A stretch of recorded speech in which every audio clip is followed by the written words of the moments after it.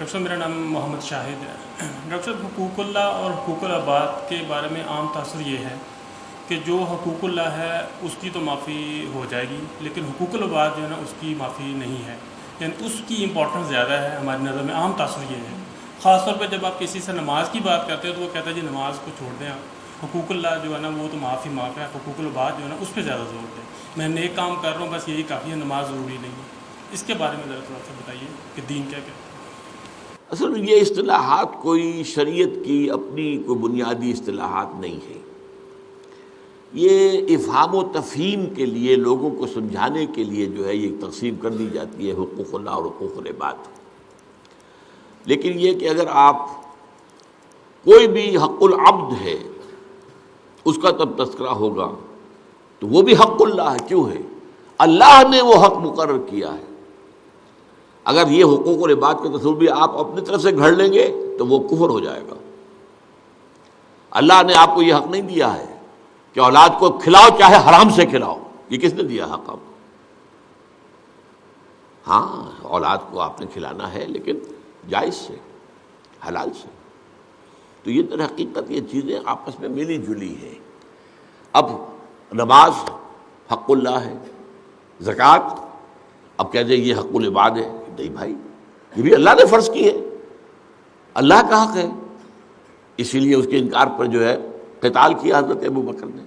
ہاں یہ ہم سمجھانے کو کہہ سکتے ہیں کہ یہ بندوں کے اندر وہ محتاجوں، مسکینوں جو بھی پیچھے رہ گئے ہیں معاشی دوڑ میں، ان کی دیکھ بھال کے لیے زکوٰۃ کا معاملہ ہے، صدقات کا معاملہ ہے، تو افہام و تفہیم کے لیے تو یہ اصطلاحات استعمال ہو سکتی ہیں۔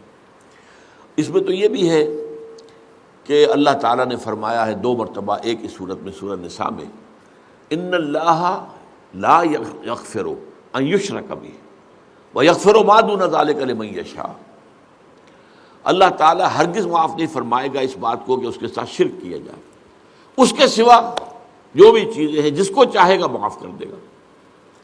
تو اب اس میں جو ہے بظاہر تو اس کے اندر پھر حق اللہ بھی آ جائے گا، حق العباد بھی آ جائے گا بظاہر۔ ویسے میرے نزدیک یہ ہے کہ اس کو لائسنس نہیں سمجھ لینا چاہیے کہ لازماً باقی جو کیے جاؤ گناہ اللہ معاف کر دے گا، اس لیے کہ صرف جو ہے وہ جو شرک کی اس نے کہا ہے تو ٹھیک ہے۔ بول تو یہ کہ شرک کی ہی اگر حقیقت کو سمجھا جائے تو معلوم ہوتا ہے کہ ہر گناہ شرک بن جاتا ہے۔ اگر آپ نے صدقہ دیا دکھاوے کے لیے تو شرک کیا ہے، حدیث ہے۔ اگر آپ نماز پڑھتے ہوئے اپنا سجدہ لمبا کر رہے ہیں کہ کوئی شخص مجھے دیکھ رہا ہے تو آپ شرک کر رہے ہیں۔ آپ اگر 5 سیکنڈ کا سجدہ کر رہے تھے، جب دیکھا کوئی مجھے دیکھ رہا تھا آپ نے 7 سیکنڈ کا کر لیا، تو یہ 2 سیکنڈ کس کے لیے سجدہ کیا؟ حساب کر لیجیے، سیدھا سیدھا حساب، میتھمیٹکس سے سمپل۔ تو شرک بھی اگر اس کا پورا تصوف سامنے ہو تو ہوش ٹھکانے آ جائیں گے۔ تعس عبد الدینار و عبد الدرہم، ہلاک ہو جائے درہم و دینار کا بندہ جس نے دولت کو اپنا معبود بنا لیا ہے کہ دولت ضرور حاصل کرنی چاہے حرام سے، وہ تو دولت معبود ہو گئی۔ کیا فرق ہے آپ میں اور ہندوؤں میں؟ ہندو جو ہے وہ لکشمی بائی جو ہے یا لکشمی دیوی، اس کی پوجا کیوں کرتا ہے؟ وہ دولت کی دیوی ہے، دولت دے گی ہے۔ آپ نے کہا ہٹاؤ بیچ میں سے دیوی کو، ہم دولت کو پوجتے ہیں، خود براہ راست دفع کرو اس دیوی کو۔ اتنا ہی تو توحید ہے نا آپ کی، کیا وہ آپ دیوی کو نہیں پوجتے، دولت کو پوجتے ہیں؟ اگر دولت کمانے میں حرام اور حلال کی تمیز اٹھ گئی تو دولت آپ کا معبود ہے۔ اور حضور فرما رہا ہے تعس عبد الدینار و عبد الدرہم، ہلاک اور برباد ہو جائے درہم و دینار کا بندہ۔ نام ہے عبد الرحمن، ہے عبد الدینار۔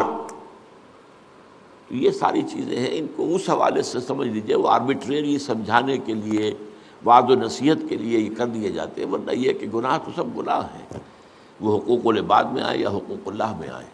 اور سب سے بڑا گناہ میں نے آپ کو بتایا، دوبارہ بتا رہا ہوں، سب سے بڑا گناہ ایک غیر اسلامی نظام کے تحت زندگی گزارنا۔ اگر آپ نے پیسیولی اس کے خلاف کوئی جدوجہد آپ نہیں کر رہے تو آپ کا ہر سانس جو ہے وہ حرام ہے۔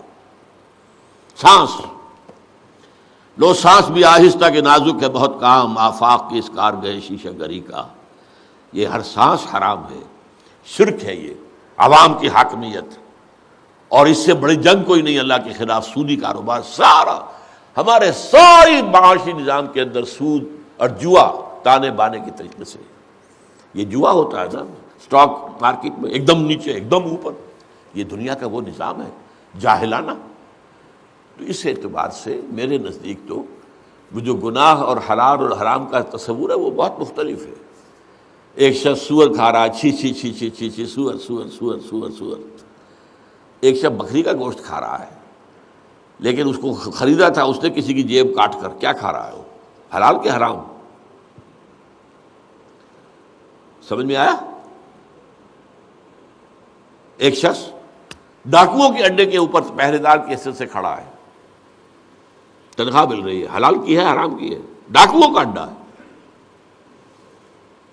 یہ ڈاکوؤں کا اڈا ہے، یہ نظام اللہ کے باغیوں کا، اور اس کی ہم سروس بھی کرتے ہیں، چاکری بھی کرتے ہیں، اس کے اندر سارا نظام بھی ہے، اور کسی کو ہوش ہی نہیں کہ اس نظام کے خلاف جد و جہد کرنا بھی فرض ہے۔ نہ علماء کو معلوم ہے، نہ علماء نے واضح کیا ہے۔ وہ ایک فقہی اسلام جو ہے اس میں تو یہ چیز ہے ہی نہیں، اس میں تو جہاد بھی فرض عین تو ہے ہی نہیں۔ جہاد کے معنی جنگ، اور جنگ جب ہوتی ہے تب ہوتی ہے، اور جنگ بھی ہر شخص پر تو فرض نہیں ہوتی، لہذا وہ فرض کفایہ ہے، بات ختم ہو گئی، رہ جاؤ باطل کے نظام کے تحت۔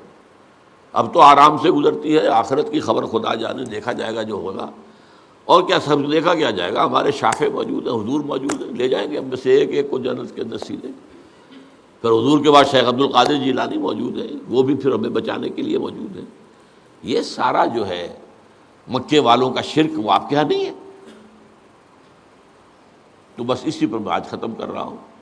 اس براڈر پیغام، براڈر سطح پر دین کے پیغام پر غور کیا کیجئے۔ یہ مسئلے جو ہے اپنی جگہ پر، لیکن یہ پورا دین ہمارا ایک اکائی ہے، وحدت، جسے انگریزی میں کہتے ہیں آرگینک ہول۔ آرگینک یہ ہوتی لیونگ شے، ایک جو ہے ڈیڈ شے ہے، ایک 2 جو ہے کلو گرام لوہا ہے، اسے آپ کاٹ کاٹ کر وہ چھٹانکوں کے اندر بھی تقسیم کر سکتے ہیں، لیکن ایک بکری کو تقسیم کر کے آپ وہ زندہ تو نہیں رہے گی، ختم ہو جائے گی۔ جاندار شے جو ہے وہ تو رہتی ہے، تو ایز اے ہول رہتی ہے، وہ اس کو پارسل کر دیا جائے تو نہیں رہے گی جان کے ساتھ۔ تو آرگینک ہول اسی لیے کہتے ہیں، وہ اکائی، وہ وحدت کہ جس کی اگر وحدت ختم ہو جائے تو اس کا وجود نہیں رہے گا۔ تو دین ایک آرگینک ہول ہے، یہ پورا نظام زندگی، انفرادی ہو اجتماعی ہو، یہ سب اس کے تابع ہے۔ یہ ساری چیزیں آپس میں مربوط ہیں۔ نماز کس لیے فرض کی گئی؟ وَاسْتَعِینُوا بِالصَّبْرِ وَالصَّلَاةِ، مدد حاصل کرو صبر سے اور نماز سے، اور مدد کس چیز کے خلاف حاصل کرو؟ باطل کے خلاف جد و جہد کرنے کے لیے۔ اچھا جی، بہت شکریہ، جزاکم اللہ۔ سبحانک اللہم و بحمدک، نشہد ان لا الہ الا انت، نستغفرک و نتوب الیک۔